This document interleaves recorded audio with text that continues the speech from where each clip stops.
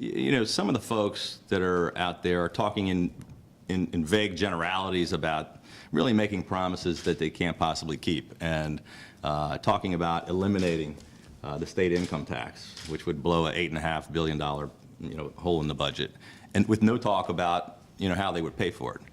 There's no chance whatsoever of that happening with this legislature.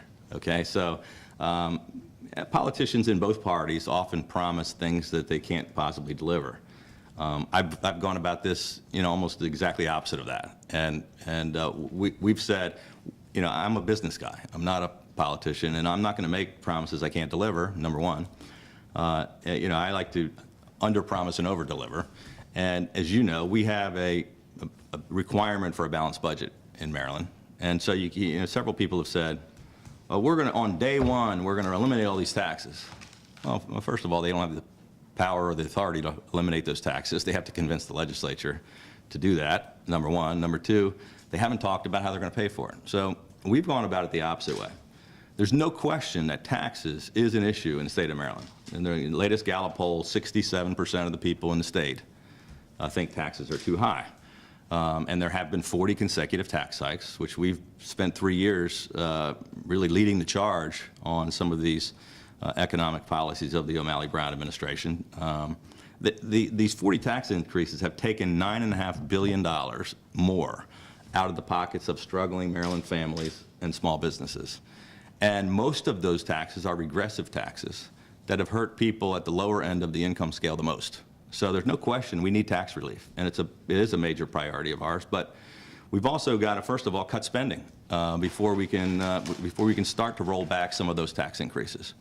And so we take I would take a more reasoned approach than some of the other folks that are out there, and we focused in on the spending side. The question comes up, well, what are you going to cut, right?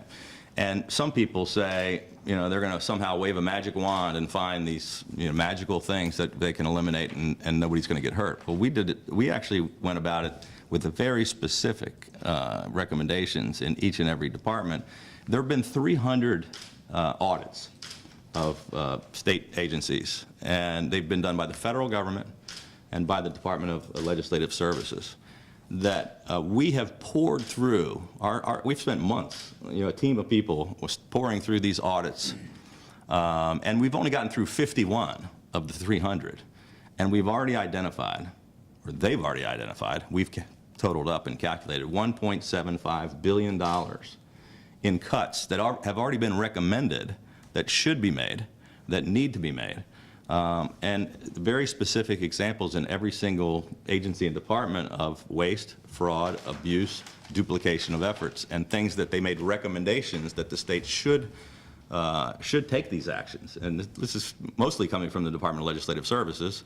They're kind of a watchdog looking at the executive branch, and it's the legislative branch where they're located. Most of these have never been acted on by the current administration. So that's sort of what we see as the tip of the iceberg. The $1.75 billion is where we would start to look. But I've called for independent outside audits of every single state agency and department in state government, because I'd like to find all of the examples where we're wasting taxpayers' money so we can have more money for the priorities and for the things that we need to spend money on. And then once we've identified those cuts, when we've gotten spending reined back in, then we can start to focus in on which of the taxes can we roll back to, say, the 2007 levels prior to these increases that have really crippled our economy, in my opinion. You've heard me talk about this for 3 years now. The latest Gallup poll just came out, 67% thought taxes are too high in the state. You also probably saw nearly half of all Marylanders would leave the state if they could, 47%. We did the taxpayer exodus study 2 years ago that proved that we had the largest mass exodus of taxpayers of any state in the Mid-Atlantic region, and one of the worst in the nation, 7th in the nation. It's California's #1, several Rust Belt states, and then Maryland, the only one on the East Coast. It's something I think we need to turn around. We've lost 6,500 small businesses. We've lost over 100,000 additional jobs. Unemployment is up 76%.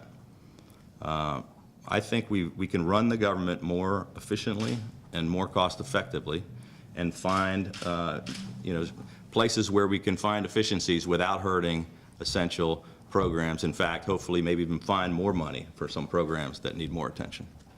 One quick follow-up on taxes before Sure. ask another follow-up on spending.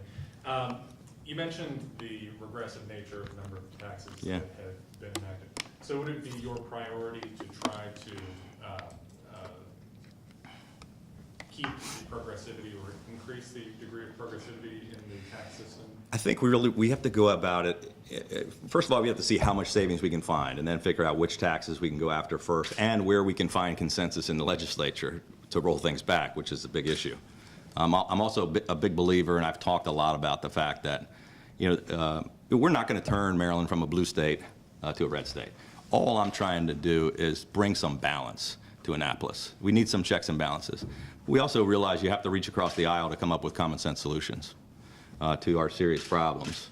So there's taxes all across the board. Many of these 40 tax increases should be rolled back. They've all had a tremendous impact. And I think some of them we need to start at the bottom with the most regressive taxes that are hurting people the worst at the lower end of the income scale. At the same time, the corporate income tax and the personal income tax have driven many of the businesses out of the state. And my primary focus, I'm focused on three things. My priorities are jobs, middle-class families, and restoring our economy.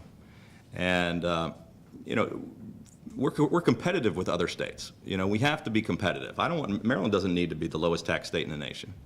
We can't afford to be the highest. We're the 7th highest now, and we're climbing.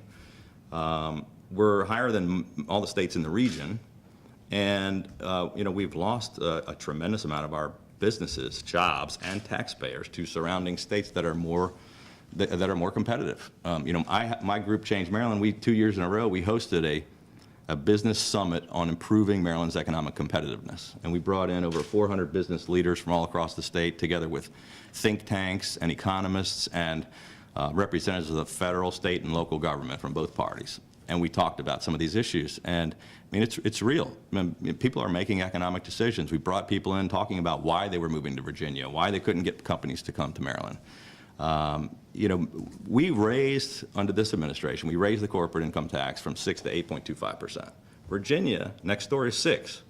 New York, where we have a Democratic governor, it's a Democratic legislature, they lowered theirs because they realized that they needed to do that to be competitive, to try to lure businesses and jobs back to New York. And in fact, they're advertising in Maryland, much like, Rick Perry came in from Texas and had a little short stint of a couple of weeks of radio commercials or whatever, but New York is continually advertising in Maryland to take our businesses. And we've got to be competitive with the other states in the region and across the country. So I think we've got to work on some of the regressive ones, and we also need to work at the ones that are killing businesses.